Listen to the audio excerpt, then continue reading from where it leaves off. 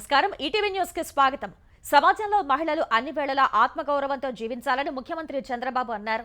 ఆడపిల్లల విషయంలో పురుషుల ఆలోచన విధానం మారాలన్న ఆయన తమ పాలన వల్ల మగవారితో సమానంగా మహిళలు రాణిస్తున్నారని తెలిపారు.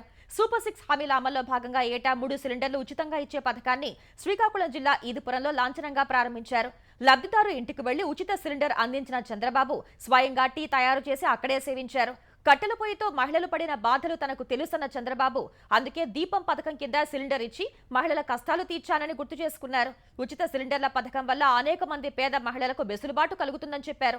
లబ్ధిదారులు డబ్బు చెల్లించి సిలిండర్ తీసుకుంటే 48 గంటల్లో రీఫండ్ అయ్యేలా చూస్తున్నామని వివరించారు. సిలిండర్ కు డబ్బు చెల్లించే పని లేకుండా చర్యలు తీసుకునేందుకు ప్రయత్నిస్తున్నట్లు వెల్లడించారు.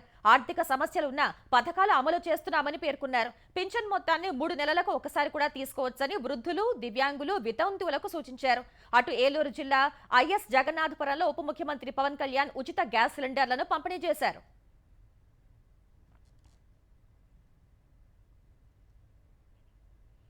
ఆంధ్రప్రదేశ్ వ్యాప్తంగా పింఛన్ల పంపిణీ కోలాహలంగా సాగుతోంది. ప్రతి నెల మొదటి తేదీనే లబ్ధిదారులకు పింఛన్ సొమ్ము అందజేయాలన్న సీఎం చంద్రబాబు ఆదేశాల మేరకు మంత్రులు, ఎమ్మెల్యేలు పింఛన్ల పంపిణీ కార్యక్రమంలో పాల్గొన్నారు.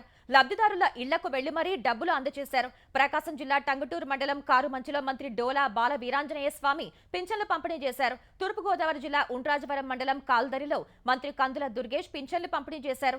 రాష్ట్రంలో దెబ్బతిన్న రహదారులకు మరమ్మతు కార్యక్రమాన్ని రేపు సీఎం ప్రారంభించనున్నట్లు దుర్గేష్ తెలిపారు. విజయనగరం జిల్లా గంట్యాడ మండలం నరవలో మంత్రి కొండపల్లి శ్రీనివాస్ పింఛన్లు పంపిణీ చేశారు. సత్యసాయి జిల్లా పెనుకొండలో మంత్రి సవితకు శ్రీరాములయ్య కాలనీ వాసులు పూల వర్షంతో స్వాగతం పలికారు. సచివాలయ సిబ్బందితో కలిసి ఇంటింటికి వెళ్లి మంత్రి పింఛన్లు పంపిణీ చేశారు. తెలంగాణలో విద్యార్థులకు డైట్ కాస్మెటిక్ ఛార్జీలు పెంచినందున 10 రోజుల్లో కొత్త డైట్ ను తీసుకురావాలని ముఖ్యమంత్రి రేవంత్ రెడ్డి అధికారులను ఆదేశించారు. సచివాలయంలో విద్యా సంక్షేమ శాఖల కార్యదర్శులు రేవంత్ రెడ్డిని కలిశారు. డైట్ కాస్మెటిక్ ఛార్జీలు పెంచినందుకు కృతజ్ఞతలు తెలిపారు. విద్యార్థులకు పోషకాహారంలో మార్పులు చేర్పులు చేయాలని అధికారులకు సీఎం సూచించారు. పెంచిన డైట్ కాస్మెటిక్ ఛార్జీలతో 7,65,705 మంది విద్యార్థులకు లబ్ధి చేకూరనుందని తెలిపారు. మార్కెట్ మిల్లులకు రైతులు తీసుకువచ్చిన పత్తిని వెంటనే కొనేలా ఏర్పాట్లు చేయాలని తెలంగాణ వ్యవసాయ శాఖ మంత్రి తుమ్మల నాగేశ్వరరావు అధికారులను ఆదేశించారు. మార్కెటింగ్ శాఖ అధికారులతో సమీక్ష నిర్వహించిన ఆయన వాట్సాప్ ద్వారా రైతులు సేవలు ఉపయోగించుకోవాలని సూచించారు. జిల్లా అధికారులు, కార్యదర్శులు రైతులకు అందుబాటులో ఉండాలన్నారు. వర్షాలు పడే అవకాశాలు ఉన్నందున అధికారులు అప్రమత్తంగా ఉండాలని, రైతులు తెచ్చిన పంటలు తడవకుండా చర్యలు తీసుకోవాలని సూచించారు. పత్తి కొనుగోళ్లలో ఎవరైనా అక్రమాలకు పాల్పడితే వదిలిపెట్టే ప్రసక్తే లేదని మంత్రి తుమ్మల హెచ్చరించారు. తెలంగాణలో కాంగ్రెస్ ప్రభుత్వం రైతుల్ని నిండా ముంచిందని బీఆర్ఎస్ కార్యనిర్వాహక అధ్యక్షుడు కేటీఆర్ ఆరోపించారు. వానాకాలం వరి కోతలు సాగుతున్నా రైతు బంధు, రైతు భరోసా ఊసేలేదని ఆక్షేపించారు. కనీసం పంటను కూడా కొనుగోలు చేయటం లేదని ఎక్స్లో విమర్శించారు. అకాల వర్షాలకు చాలా చోట్ల కల్లాలు, మార్కెట్ యార్డుల్లో ధాన్యం తడిసి ముద్దయిందని పేర్కొన్నారు.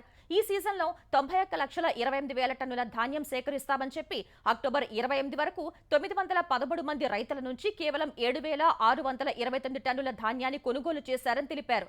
దళారులతో కుమ్మక్కై ధాన్యం కొనుగోలు కేంద్రాలు ఏర్పాటు చేయటం లేదని, ఇప్పటి వరకు పూర్తి స్థాయిలో మిల్లుల కేటాయింపు జరగలేదని కేటీఆర్ విమర్శించారు.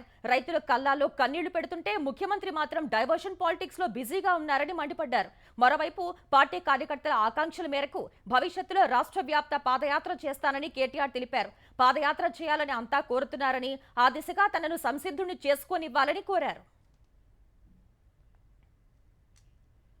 కరీంనగర్లో బీసీ కమిషన్ సమావేశం రసాభాసగా మారింది.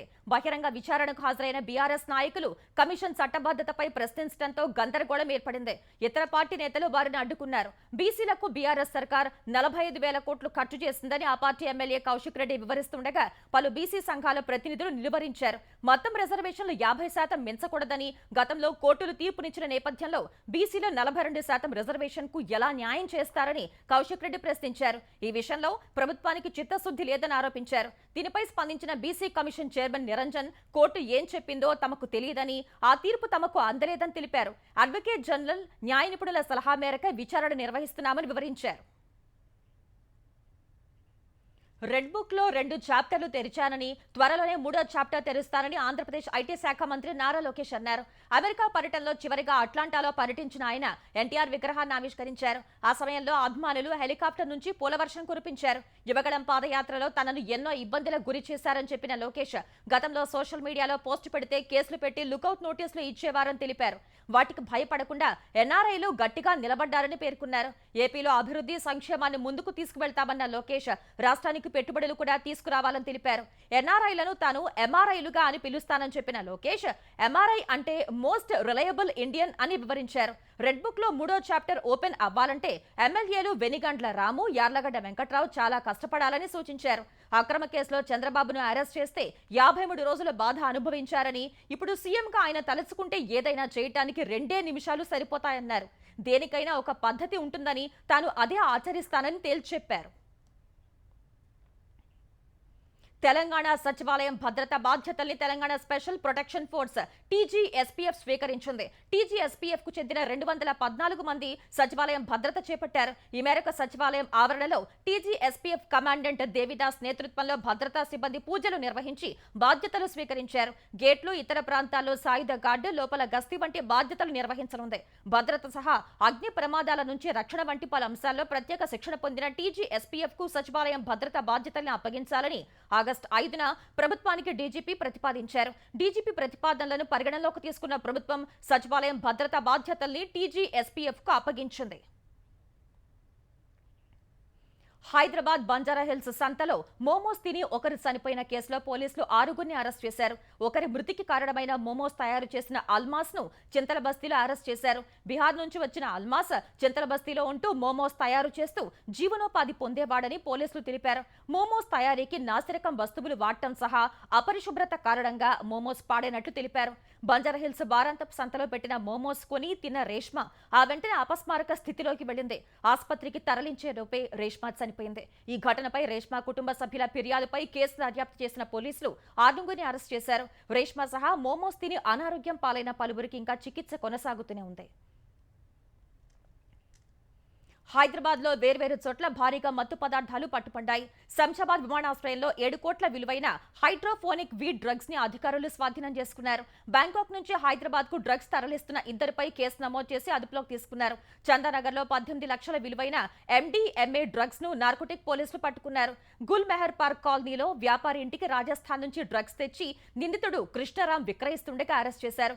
నిందితుడితో సహా 7గురిపై కేసు నమోదు చేశారు. మరో 2 కోసం పోలీసులు గాలిస్తున్నారు. త్వరలో నాగార్జున సాగర్ వద్ద ప్రభుత్వ ప్రైవేటు భాగస్వామ్యంతో స్టార్ హోటల్ నిర్మించనున్నట్లు తెలంగాణ పర్యాటక శాఖ మంత్రి జూపల్లి కృష్ణారావు తెలిపారు. నాగార్జున సాగర్ లోని బుద్ధవనాన్ని పరిశీలించిన మంత్రి అక్కడ పెండింగ్ లో ఉన్న పనుల వివరాలు అడిగి తెలుసుకున్నారు. ప్రఖ్యాతిగాంచిన నాగార్జున సాగర్ ని ఇంకా అభివృద్ధి చేయాల్సి ఉందని జూపల్లి అన్నారు. సాగర్ లో వాటర్ స్పోర్ట్స్ కూడా తీసుకువస్తామని చెప్పారు. సంపూర్ణ నిషేధం ఉన్నప్పటికీ దీపావళి వేళ ప్రజలు యథేచ్ఛగా బాణాసంచాన్ని కాల్చడంతో దేశ రాజధాని ఢిల్లీలో కాలుష్యం అమాంతం పెరిగింది. కాలుష్యపు పొగ ఢిల్లీని కమ్మేసింది. ప్రభుత్వం 377 ఎన్ఫోర్స్మెంట్ బృందాలు ఏర్పాటు చేసి బాణాసంచా నిషేధంపై అవగాహన కల్పించినా నగరవాసులు పట్టించుకోనందున గాలి నాణ్యత ఒక్కసారిగా పడిపోయింది. ఈ కారణంగా రహదారులు, వాహనాలు కనిపించని పరిస్థితి నెలకొంది. ఆనంద్ విహార్ లో ఉదయం 6 గంటల సమయంలో గాలి నాణ్యతా సూచి 395 పాయింట్లకు చేరుకుంది. బురారి, ఆర్కేపురం, అశోక్ విహార్, మందిర్ మార్గ్, ఎయిర్పోర్ట్, జహంగీర్పూర్లలో ఏక్యూఐ 350 దాటేసింది. నోయిడా, గాజియాబాద్, గురుగ్రామ్ లో ఇలాంటి పరిస్థితే నెలకొంది. గత ఏడాది దీపావళి రోజున ఏక్యూఐ 218 వద్ద నమోదు కాగా ఈసారి అది ప్రమాదకర స్థాయికి చేరింది. చాలా ప్రాంతాల్లో ఆస్తమా, ఇతర శ్వాసకోశ సమస్యలు ఉన్నవారు తీవ్రంగా ఇబ్బంది పడుతున్నారు. అటు ప్రభుత్వ ఆదేశాలను ధిక్కరించి టపాసులు పేల్చిన వారిని గుర్తించి చట్టపరమైన చర్యలు తీసుకుంటామని అధికారులు హెచ్చరించారు. ప్రఖ్యాత ఆర్థికవేత్త, ప్రధానమంత్రి ఆర్థిక సలహా మండలి చైర్మన్ బిబేక్ దేబ్రాయ్ కన్నుమూశారు. పేగులో అడ్డంకి కారణంగా ఢిల్లీ ఎయిమ్స్ లో చికిత్స పొందుతూ ఈ రోజు ఉదయం 69 ఏళ్ల బిబేక్ దేబ్రాయ్ తుదిశ్వాస విడిచారు. పద్మశ్రీ అవార్డు గ్రహీత అయిన దేబ్రాయ్ గతంలో Gokhale institute of politics and economics కు ఛాన్సలర్ గా పనిచేశారు. రాబోయే 25 ఏళ్లలో అమృత్కాల్ సంకల్పంలో ఆర్థిక మౌలిక సదుపాయాల వర్గీకరణ, ఫైనాన్సింగ్ ఫ్రేమ్వర్క్ కోసం కేంద్రం ఏర్పాటు చేసిన నిపుణుల కమిటీకి అధ్యక్షత వహించారు. ఆర్థిక శాఖ డైరెక్టర్ సహా వివిధ కీలక పదవుల్లో సేవలందించారు. ఆదాయ అసమానత, పేదరికం, చట్టపరమైన సంస్కరణలు, రైల్వే విధానాల విస్తరణపై పరిశోధనలు చేశారు. దేబ్రాయ్ మృతిపై ప్రధాని మోదీ సహా కేంద్ర మంత్రులు విచారం వ్యక్తం చేశారు. దేబ్రాయ్ గొప్ప పండితుడని అభివర్ణించిన ప్రధాని తన రచనల ద్వారా దేశ మేధో దృశ్యంపై చెరగని ముద్ర వేశారన్నారు. ప్రజా పాలసీకి ఆయన విశేష కృషి చేశారని కొనియాడారు. చక్కటి సైద్ధాంతిక, అనుభవిక ఆర్థికవేత్త అయిన దేబ్రాయ్ భారత ఆర్థిక వ్యవస్థకు ఎంతో సేవ చేశారని కాంగ్రెస్ నేత జయరాం రమేష్ పేర్కొన్నారు. తూర్పు లద్దాఖ్లోని వాస్తవాధీన రేఖ వెంబడి సాధారణ పరిస్థితులు నెలకొన్నాయి. డెమ్చోక్లో భారత చైనా సైన్యాల సమన్వయ పెట్రోలింగ్ ప్రారంభమైంది.